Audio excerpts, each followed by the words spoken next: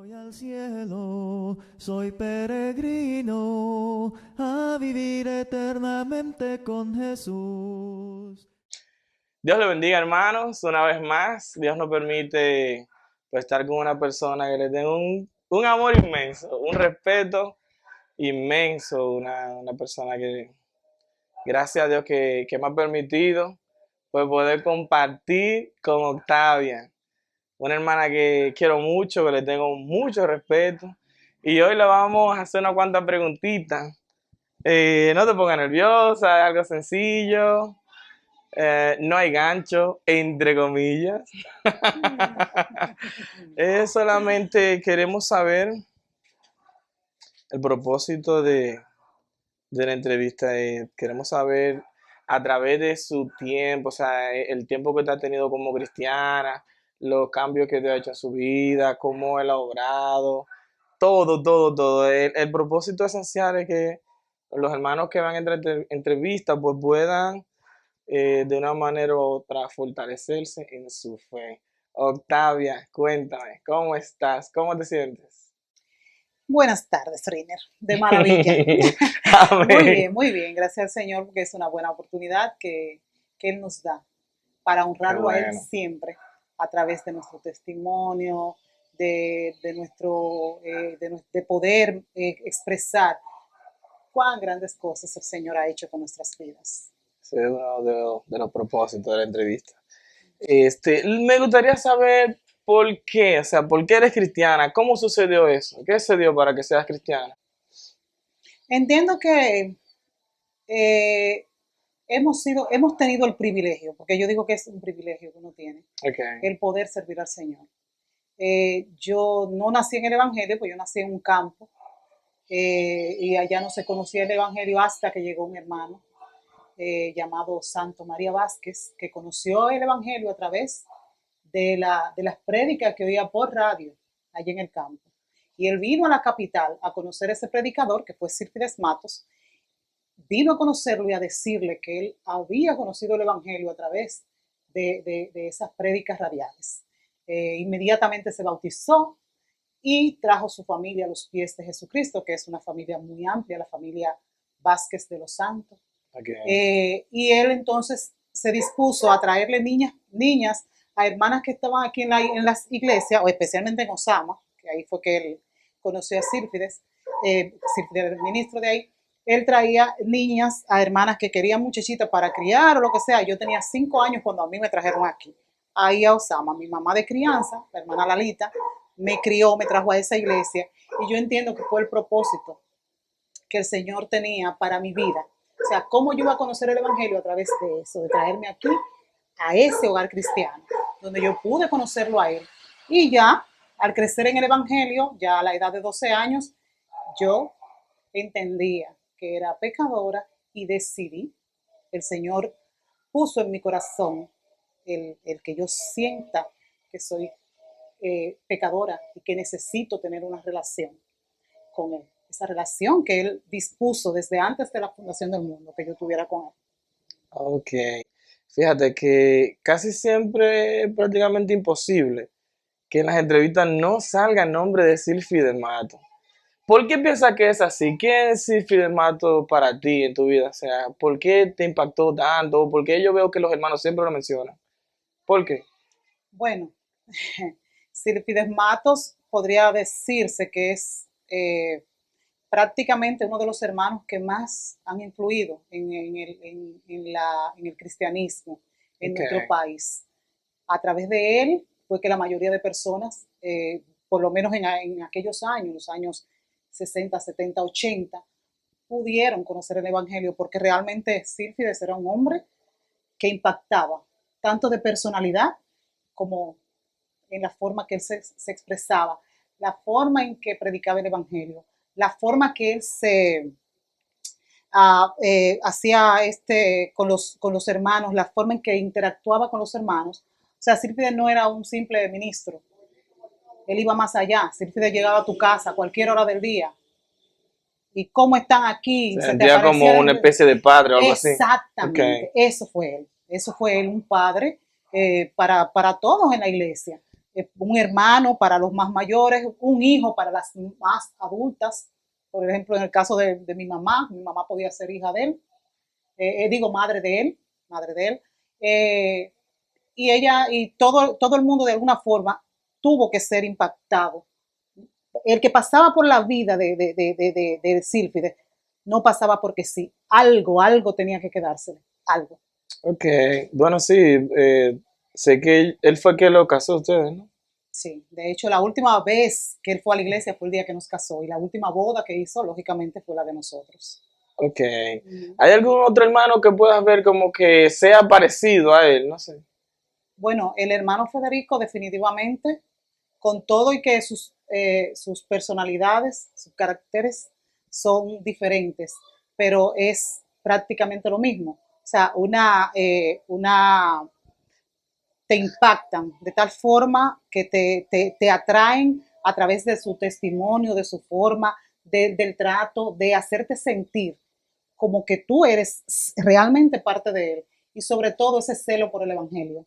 Okay. Y nuestros hermanos, si tú te pones a ver, los hermanos, esos hermanos adultos de la iglesia, la mayoría, el hermano Luis Galán, el hermano Alexis Peña por allá, el hermano, este hermano que murió en estos días, Santos Félix, son hermanos que sí, que te llegan, que te impactan, que de alguna forma tú tienes que sentir que, wow, el hermano David Guerrero allá en San Francisco, o sea, son hermanos que su testimonio de vida te dicen, caramba, estos son realmente hombres de Dios, hombres que tú puedes oír lo que te dicen, puedes seguir sus ejemplos. Claro está, son seres humanos, como Claro, somos todos, en algún momento fallamos y ellos igual que tú, igual que yo, pues claro que tienen sus defectos, como todos tenemos todos, pero el hecho de amar y honrar a Dios con sus vidas, reconociendo en cualquier momento sus fallas como humanos y siguiendo hacia adelante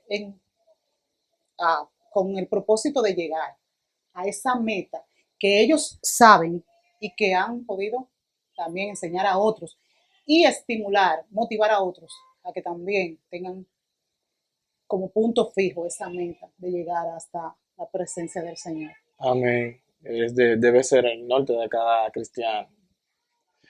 Octavio, una pregunta. Algunas veces se entiende como que en la iglesia de Cristo son un poco machistas, que si a la mujer se le da participación, que si no se le da participación, o se puedan sentir como un poquito relegada porque mi esposo es el pastor, yo no soy pastora. Eh, ¿Qué piensas de eso? Me gustaría que más hable un poquito de eso. La Biblia es muy explícita en el rol de la mujer en la iglesia. Okay. Eso, lamentablemente, aunque quisiéramos hacer y deshacer, cada uno debe cumplir un rol. Y la iglesia, tú trabajas en una institución. Correcto. Tú puedes tener una jefa, ay, qué bueno que tienes una jefa. Es más, la jefa de la empresa completa, qué bueno, es una jefa. Eso es una empresa secular. Pero la iglesia de Cristo es una institución creada por y para el Señor con un propósito específico. Y el Señor ordenó, no sugirió, ordenó que el hombre es quien debe dirigir sus asuntos. Y en eso debemos estar claras. El hombre dirige. La mujer calle, la mujer debe estar por debajo. De hecho, en el hogar es así, el hombre es la cabeza en el hogar. Y en la iglesia, la cabeza es Cristo. Y luego hay el hombre es quien dirige y reparte. El hombre es que sabe, el ministerio del hombre es ese, dirigir la iglesia del Señor. Pero las mujeres también tenemos nuestros roles. Okay. ¿Por qué? Porque dentro de la iglesia tú sabes el trabajo que tenemos nosotras que hacer. O sea, nosotras tenemos mucho que hacer. De que no lo veamos o no lo querramos hacer, esos son otras tantas. Pero las mujeres, se nos dice en la Biblia que las mujeres tenemos que dirigir los niños, guiarlos, enseñarle la palabra del Señor. A otras mujeres también, a las mujeres más jóvenes, hay que enseñarlas a dirigir sus hogares, a dirigir su vida. Y hay muchos necesitados a nuestro alrededor que nosotras podemos y debemos, tenemos el deber de llegar hasta esas personas y servirle La mujer está para servir. El hombre está para servir. El hombre sirve desde otro ámbito. Nosotras desde otro ámbito. O sea, cada quien donde le pertenece. Podría ser que cierta actitud como feminista o algo así, que permea un poco la iglesia y podría estar creando esa opinión de que como hay, esta gente son machistas. Claro que sí, lógicamente. O sea, el hecho de ver, o sea, queremos comparar la iglesia con las cosas del mundo, con las cosas seculares. Hay presidentas, hay reinas, hay de todo. Y eso está bien. Hasta el mismo Dios pudo haber instituido, ok, sí, en el pueblo de Israel incluso hubo una jueza una vez, Débora. O sea, sí, está bien. Cosas seculares, sí está bien. Pero las cosas del Señor y las que Él ha ordenado de manera tan claras. Y de hecho, aparte de que, ok, Él las ordenó, si tú puedes ver en la historia de la iglesia, tú no vas a registrar ese liderazgo de esa manera. O sea, porque sí, claro, había mujeres líderes. Okay. ¿Bajo qué liderazgo? A mujeres que hospedaban en sus casas, mujeres que servían a hermanos que iban a hospedarse, que cosían ropa para hermanos que necesitaban, que hacían obras. Pero dirigir la iglesia, eso es solamente para el hombre, eso no es para la mujer. Y lamentablemente el mundo va tan evolucionando y que los derechos de la mujer y que ese machismo y por qué el hombre tiene que ser tan machista, porque no entienden que no es el hombre el que ha dispuesto eso, es el Señor. Es la gran diferencia. Es el Señor. El hombre puede disponer, nosotros podemos votar mañana por una presidenta y qué bueno, y vamos a votar por una mujer que esa puede dirigir bien, que sé yo qué. Un país, una empresa, la mayor empresa del mundo, un reinado puede ser una mujer. Pero las cosas del Señor no son nada de eso. No son países, no son presidencias, no son reinados, no son nada. Es el lugar que el Señor diseñó para que su pueblo se reúna, para que su pueblo siga sus lineamientos, sus preceptos, y deben ser dirigidos por quien Él dijo que deben ser dirigidos, no por quien nosotros querramos. Nosotros podemos decir, ay, pero qué hermana que puede dirigir. Y Dios nos libre a nosotras, algunas hermanas, creernos que nosotras podemos en algún momento de que ir y ponernos por encima de los hombres y dirigir. No, que el hermano Federico no está dirigiendo bien tal cosa. No, que mire, hermano Federico, es así como nosotros, un grupo, nos reunimos y pensamos que esto debe ser así. No. Aún el hermano Federico, el hermano Rodolfo, el hermano Bourdier no estén dirigiendo como debe ser, si así fuera, que Dios libre, ellos son los que le van a dar cuenta al Señor. Claro está. Porque fue a ellos que el Señor los puso. A mí como mujer, a nosotros como mujeres nos puso para estar por debajo de ellos, para obedecer lo que ellos dicen. Y en el momento que yo no quiera obedecer lo que ellos me digan también, entonces voy a tener que darle cuenta al Señor, porque a cada quien Dios le va a pedir cuenta de acuerdo al rol que le tocó. Octavia, hay una pregunta que deseo hacerle. Yo veo que las hermanas están muy activas con los cultos virtuales y todo eso. Me gustaría que me hable un poquito de eso. ¿Cómo es? ¿Quién? Mira, ¿a qué se le ocurre la idea? Vamos a hacerlo por aquí, vamos a hacerlo por allá. ¿Cómo fue eso? Bueno, tú sabes que a raíz de la pandemia hubo que buscar alternativas, porque las cosas se pusieron difíciles, ya al uno no poderse reunir presencialmente, pues había que buscar la forma de seguirlo haciendo.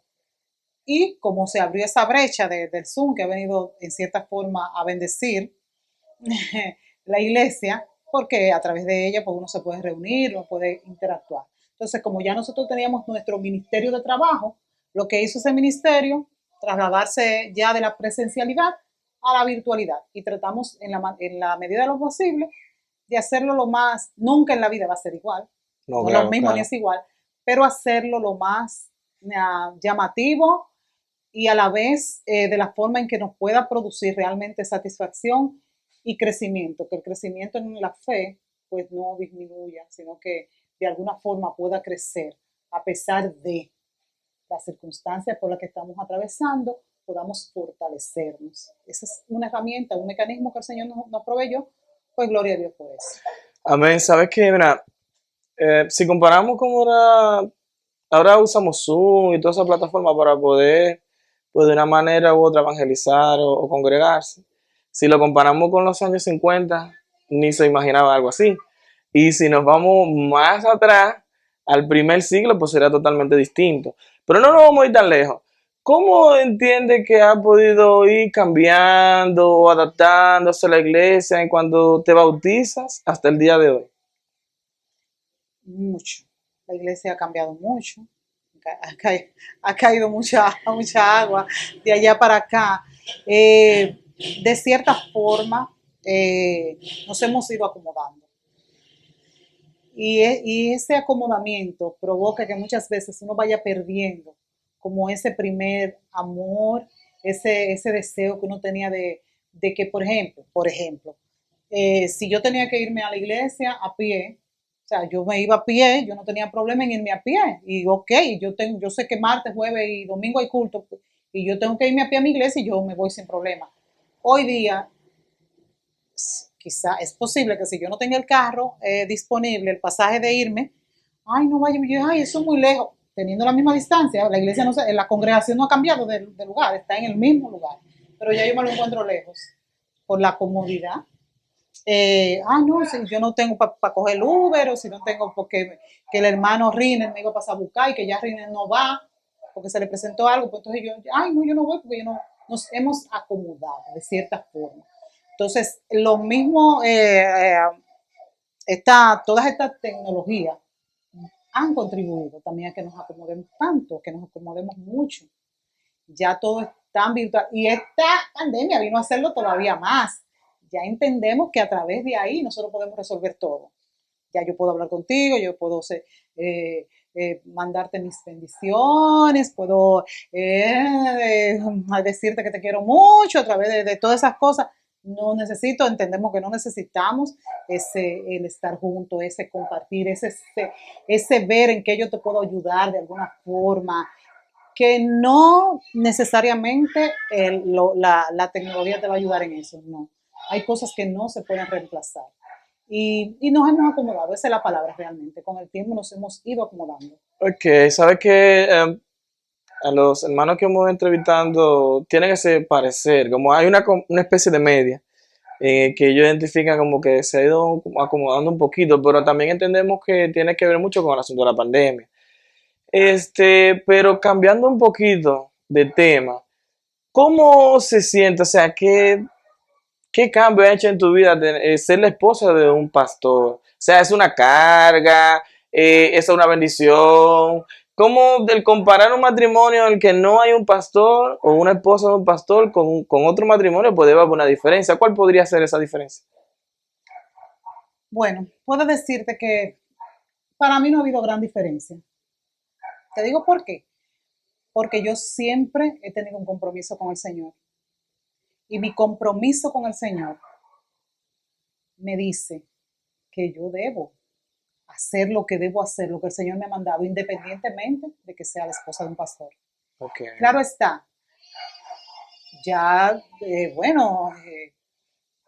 si yo hacía, qué sé yo, algún tipo de actividad, me iba un domingo, por decirlo así, déjame irme a pasear por ahí, a hacer esto y a deshacer. No a deshacer necesariamente, sino, qué sé yo, a irme donde mi familia o a hacer algo un domingo. Ya tengo que sopesar eso. ¿Por qué? Porque ya hay hermanos que me pueden estar mirando. Esos hermanos ya me están mirando como la esposa del pastor. Cuando yo era solamente un simple miembro, todavía no vino el domingo, tal vez se fue a visitar a su familia, ok, está bien, por decirlo así, no es que está mal que yo vaya a visitar a mi familia un domingo, pero entiendo que si mi esposo está ahí, pues yo debo estar con él también ese domingo y no puedo darme el lujo de irme a pasear, de irme a hacer otras cosas. De hecho, el compromiso como cristiana es estar ahí, como cristiana, pero ya como esposa del pastor se me toma más en cuenta. El otro, yo no, yo debo seguirme viendo igual, en el sentido, lo que te dije al principio, mi compromiso con el Señor, lo que yo debo hacer como cristiana, lo que a mí me corresponde, eso está por encima de todo. ¿Por qué? Porque es lo mismo que a los hermanos, por ejemplo, a los hermanos que el hermano es pastor, el hermano es diácono, ok, está ahí, en qué diácono, qué pastor. Pero el hermano al fin y al cabo es lo mismo, es un servidor, tiene que servir al Señor, tiene que hacer lo que tiene que hacer por el Señor Y lo que pasa es que a él se le va a pedir cuenta ya como pastor, si está ahí arriba como pastor, el Señor le va a pedir cuenta como pastor de que él permitió tal cosa. Cuando tú eres miembro, el Señor te va a pedir cuenta de que tú como miembro, ¿qué hiciste? Que tú pudiste ofrecer a los demás, que tú pudiste, de la forma que tú pudiste servir, de la forma que tú pudiste hacerle ver al mundo que tú realmente eres cristiano. Pero al fin y al cabo son cosas que se le va a pedir al pastor, se le va a pedir al diácono, se le va a pedir a la esposa del pastor, se le va a pedir a todo el mundo. Y eso es lo básico, hacer lo que el Señor quiere que hagamos, independientemente del rol que nos toque en este momento. Porque también Rodolfo es pastor ahora, pero Rodolfo mañana puede ser que no sea pastor. Y antes no fue pastor. Y nada de eso debe cambiar. O sea, mi posición como mujer de fe, como mujer cristiana, no debe cambiar. Yo tengo un compromiso delante del Señor. Amén. ¿Alguna vez en el tiempo que tiene como cristiana, ha escuchado la voz de Dios en su vida? Yo entiendo que sí. Yo entiendo que sí, que de alguna forma Dios te habla. Dios te habla. Dios, yo creo que no a todo el mundo, y no de la misma forma, pero sí el Señor habla. El Señor habla. ¿En qué manera? A través de personas te habla. A través de tú escuchar, en algún momento tú puedes escuchar esta voz que te dice, y yo entiendo que es a través del Espíritu Santo, que te dice qué tú hacer, qué no hacer, qué decidir. Aunque todo está en la Biblia, porque la palabra del Señor es explícita en la Biblia. El Señor, a través de ese trato directo que tiene con cada hijo de Él, entiendo que sí, que te puede hablar, te puede decir, puede dialogar contigo, incluso en sueño. En ese sueño el Señor puede hablar contigo. Hay diferentes manifestaciones realmente, pero vuelvo y te digo, eso es de manera personal con cada uno de sus Muy hijos. personal. Okay. ¿Hay algún caso en la vida de cristiana que lleva en el que pueda decir, esa sanidad sin lugar a dudas fue una obra del Señor? Algo en especial que pueda decirnos acerca de eso. Todas las obras que pasan en los cristianos son del Señor. Okay. Definitivamente. O sea, si algo pasó, si una persona sanó o si salió de tal situación, definitivamente fue el Señor. Y esta trayectoria de vida como cristiano, uno ha podido ver tantos casos de personas que incluso quizás estuvieron ya para morir muy pronto. Sin embargo, el Señor permitió que duraran muchísimos años más. Personas que tuvieron quebrantos de salud, que atravesaron por situaciones que uno decía, bueno, pero no, es que de esta no sale. Y esa persona pudo levantarse. Personas que hoy día tú puedes, qué sé yo, hace 20 años tuvieron una situación de salud que uno entendía que no iban a estar hace 20 años y hoy en día están todavía. O sea, eso definitivamente ha sido el Señor. Okay. Ha sido el Señor. Entonces, dime, realmente tú como cristiano entiendes que, bueno, el Señor tiene un propósito con cada vida. Y si a Él le place, precisamente que tú dure más tiempo, a pesar de las oraciones que yo pueda hacer, de lo que yo pueda desear, el Señor es que sabe el tiempo que tiene definido para ti y sabe si va a hacer ese milagro en tu vida. Total, cada día de nuestra vida es un milagro. Es un milagro. Sí, vaya manera de decirlo. Un milagro del Señor. Amén. Que estemos vivos, que estemos bien, que atravesemos por situaciones de salud y nos podamos levantar. He visto casos de personas que han tenido, qué sé yo, un tumor y ese tumor estaba creciendo y de buenas a primeras ese tumor comenzó a disminuir, algo que parecía que iba a ser catastrófico. En estos días, no hace tanto tiempo, que una hermana se paró adelante a dar gracias al Señor porque ella tenía un problema de salud de tantos años y se les resolvió algo que se pensaba ya, bueno, esa hermana definitivamente va a morir de eso porque tenía más de 20 años con ese caso y esa hermana fue liberada en el nombre del Señor. Entonces, Amén. el Señor es maravilloso De realmente. eso no hay duda. Hubo un hermano sí que entrevistamos que él nos contaba en una tomografía, si no mal recuerdo, que se llama, mira, el tumor está aquí y ya en la otra tomografía no está el tumor. O sea, no hay duda de que Dios sana. Y eso es algo que consideramos que es muy importante recordar como cristianos. O sea, nuestra esperanza debe ser siempre puesta en Él. Porque conforme a nuestra fe puede obrar en nosotros. Eso es muy importante recordarlo. Octavia, en las actividades de como ustedes como hermanas y todo eso, ¿hay algunas veces que ustedes puedan sentir como que la cosa no va bien, como que no están haciendo las cosas conforme a lo que Dios establece en su palabra? Realmente nosotros tratamos de hacer que todo sea para la gloria y la honra de Dios. O sea, todo lo que nosotros planificamos. Y puede pasar que en un momento determinado digamos, bueno, pero esto no fue como lo planificamos o como lo hicimos, pero reconocimos que era la forma en que el Señor quería que lo hiciéramos. Porque Correcto. como lo hacemos para Él y las cosas no necesariamente tienen que hacerse de la forma que lo hemos planificado, porque el Señor va moviendo las piezas de acuerdo al propósito que Él tenga para cada cosa. Amén. Nos ha pasado, por ejemplo, que nosotros hemos planificado ahora mismo en Zoom las prédicas, los cultos son de 1 hora regularmente. Entonces a la hermana se le asigna 25 minutos a media hora más o menos. Okay. Y hemos tenido hermanas que se han pasado muchísimo de ese tiempo. Y uno podría decir, wow, pero pero el programa, esto, lo otro. Óyeme, lo que el Señor puso en la boca de esa hermana era para beneficio del pueblo de Dios. Sí, el mejor plan es el que el nuestro no se cumple, sino el del Señor. Entonces siempre debemos estar expuestos a eso, a que el Señor, realmente estar en disposición de que el Señor sea el que cumple. El primer retiro de nosotras de damas, actividades como nosotros lo hacíamos anualmente, campamento de damas, retiro de damas, que amanecíamos de un día para otro, en un resort o en un centro conferencial, lo que sea. El primero que nosotros hicimos, lo hicimos en 3 meses, se planificó en 3 meses. ¿Tú sabes por qué? Porque cuando dijimos, bueno, vamos a orar y vamos a ver qué el Señor quiere, cuándo el Señor quiere que lo hagamos. Y cada hermana lo que había propuesto lo puso en un papelito y lo echó. Lo que salga ahí, el mes que el Señor, que saquemos a través de ahí, en ese mes se va a hacer. Y pasó, me parece, no recuerdo bien si fue en diciembre o en enero, que salió para que se haga como en marzo.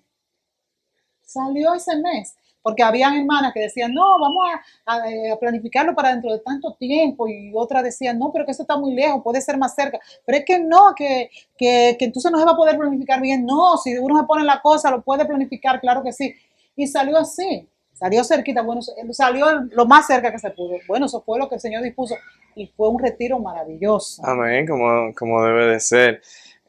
Mira, hay una pregunta que no podría dejar de hacerte. Para usted, ¿qué es el Espíritu Santo? ¿Es una persona? ¿Es una fuerza? ¿Cómo lo puede sentir? ¿Qué es el Espíritu Santo para usted en su vida como cristiano?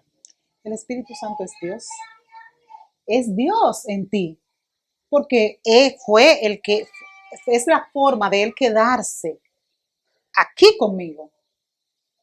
Es la manifestación del Dios Padre, el Dios que está allá arriba, el Dios Hijo, cuando vino Jesús y se manifestó en carne aquí en la tierra.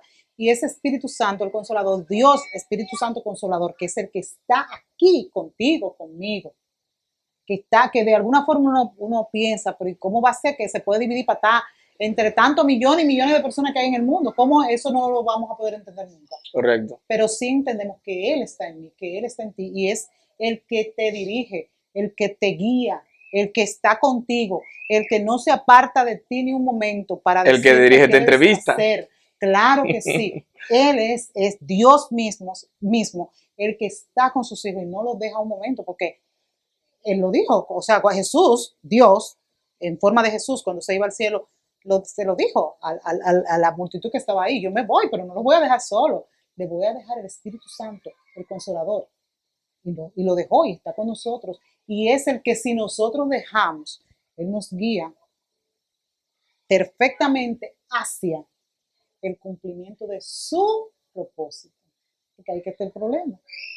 Que nosotros pensamos que, ok, es lo que yo piense, lo que yo diga y lo que yo quiera. Y eso no es así. Es lo que Dios piense, quiera y tenga para nosotros. De manera particular. Correcto. En cada uno de sus hijos, en cada uno. Y eso es lo que tenemos que tratar de entender. Dios es maravilloso, Dios es lo máximo, Dios está con nosotros, Dios no nos desampara, pero nosotros no debemos dejar que Él sea parte de nosotros, tratar de tenerlo ahí, no dejar que se entristezca y se eche a un lado, desecharlo, no, de ninguna manera, todo lo contrario, permitir que Él esté ahí, dejar que Él, y Él en algún momento me va a dejar quizás que yo me caiga en ese hoyo. Y Él va a ir al lado de mí. Y quizás yo diga, ay, Señor, y no que tu Espíritu Santo estaba conmigo, y tú, ¿cómo tú dejaste que tú me cayeras en ese hoyo? Que yo me cayera en ese hoyo. Tiene un propósito Él para ti. Él va a sacar de ahí, de que yo me caí en ese hoyo. Correcto. Entonces debemos dejar que Él actúe como Él quiera. Cuando escucha el nombre Pablo, ¿qué le viene a la mente? Ay, Pablo. Imagínate, todo lo que sabemos prácticamente de la iglesia es a través de los escritos de Pablo. Pablo fue escogido con un propósito específico y fue de recolectar, si pudiéramos decirle así, toda la voluntad del Señor para la iglesia de ese tiempo y para la iglesia del resto del tiempo. Cuando escucha el nombre de Pedro, ¿qué le viene a la cabeza? Ay, Pedro. Pedro y yo nos parecemos tanto. Me siento hasta bien cuando oigo a Pedro. ¿Por qué? Pedro con todo y su forma que tenía, así muy extrovertido, Okay. pero él fue un siervo que amó, sirvió a Dios y que el Señor permitió que él lo pudiera conocer. O sea, fue un discípulo escogido con tanto amor y con tanta, o sea, con ese propósito divino que el Señor tenía con él para hacer de él, que es prácticamente él y Pablo ahí, que son los que más escritos tienen en la Biblia. O sea, lo que la iglesia se dirige, como te dije anteriormente de Pablo, los escritos de Pablo que van a la iglesia, qué Dios quiere que la iglesia haga. Correcto. Y Pedro también. A través de Pedro podemos saber. Cristo Jesús, ¿qué le viene a la cabeza? Dios hecho hombre para enseñarnos a nosotros el amor en sí, el amor puro y real de un padre, desprenderse de él mismo para atraerme a mí y enseñarme a mí mi valor como hija de él. Amén. Utilizó a su único hijo para que pasara tantas cosas que yo entiendo que ningún ser humano en la vida, ni antes, ni durante, ni después, ni en el futuro, ni en el pasado, ni en el presente, va a pasar o ha pasado tantas vicisitudes como la pasó Jesús. ¿Por qué? Solamente para enseñarnos amor, para enseñarnos un camino que nos va a llevar a la eternidad. Correcto. Octavia, wow. Me ha encantado, de verdad, compartir en este momento contigo. Pero antes de terminar, me gustaría preguntarle un consejo que usted le pueda dar a las jóvenes que vienen subiendo, ¿verdad? En la iglesia de Cristo. ¿Qué usted podría decirle a ellas? Las jóvenes, y los jóvenes también, ¿por qué no? La juventud, debe entender que nosotros fuimos creados con un propósito eterno. Ese propósito es adorar al Señor Amén. por siempre. Pero nosotros no podemos permitirlo. Entonces, cuando uno es joven, hay muchas cosas que no las entiende y a veces se pone hasta un poco altanero, vanidoso o que no quiere escuchar consejos, entiende que que él es que sabe, yo sé que soy de mi vida, nadie tiene que saber de mi vida, nadie sabe por lo que yo paso, como que buscamos excusas para hacer cosas que el Señor no le agrada y que al fin y al cabo nos va a llevar a un mal camino y nos va a llevar a unas consecuencias que podrían ser fatales para nuestra vida física y espiritual.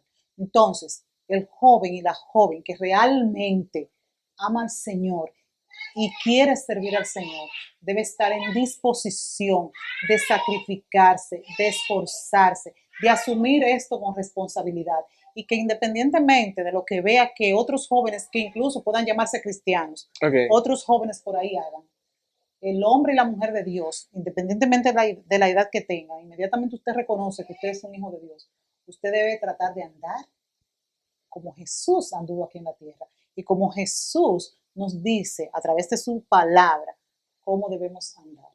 Y lamentablemente nos dejamos arrastrar por las corrientes del mundo. Nos dejamos llevar por lo que vemos y muchas veces así mismo vemos, pero Riner es cristiano y yo veo que Riner hace tal y tal cosa. Vaya a la Biblia y vea si eso que Riner está haciendo es correcto y vea, si no es correcto, aunque Riner lo haga, él le dará cuenta al Señor Exactamente. por lo que está haciendo. Entonces, es usted. Nosotros tenemos un compromiso con el Señor, pero ese compromiso es único, o sea, es personal. Mi compromiso con el Señor, como predicaba un hermano en estos días, el hermano Willy, que se me quedó tanto grabado esa parte. Sí, muy buen mensaje. Que tú quieres, yo quiero que tú, yo quiero que seas tú sígueme. Independientemente de que aquel, tú sígueme, tú. No me diga que Octavia hizo, que Sara hizo, que Federico hizo. No, tú, es a ti que te estoy diciendo. Entonces, joven,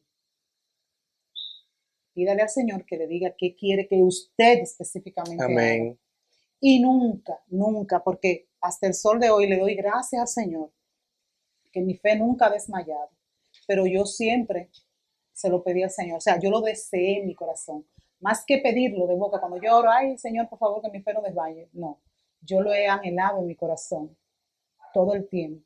Y mira, Señor, de corazón te digo, si no me conviene esto, mira, no me lo des, de corazón, no me lo des, si tú sabes que eso me va a echar a perder mi fe, no me lo des, no quiero tener acceso a eso, quiero mantenerme como estoy entonces. No deseemos cosas si realmente no estamos en disposición de cumplir. Al Señor hay que cumplirlo.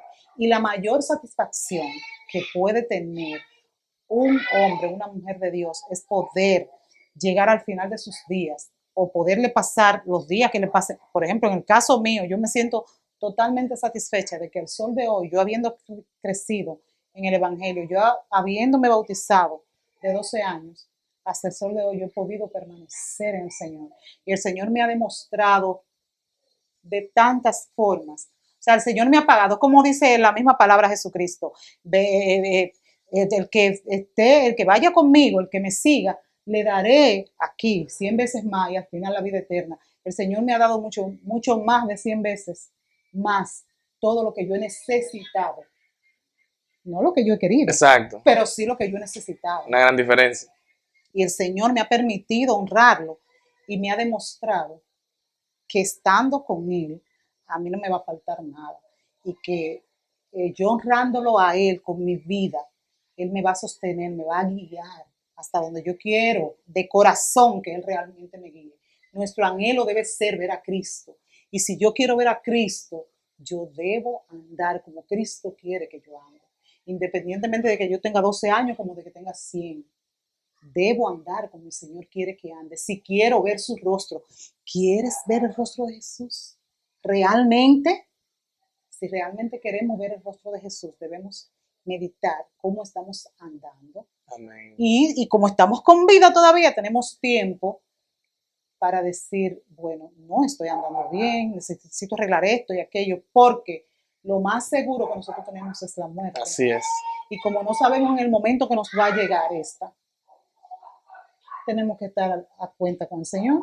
Amén. Y no importa que tú, jovencito, tenga 15 años, tenga Sí. 25, La muerte puede llegar a cualquiera. puede llegar. Entonces Sí. tu vida, ¿qué pasó con tu vida, con esa vida que tú en un momento determinado dijiste que era para el Señor?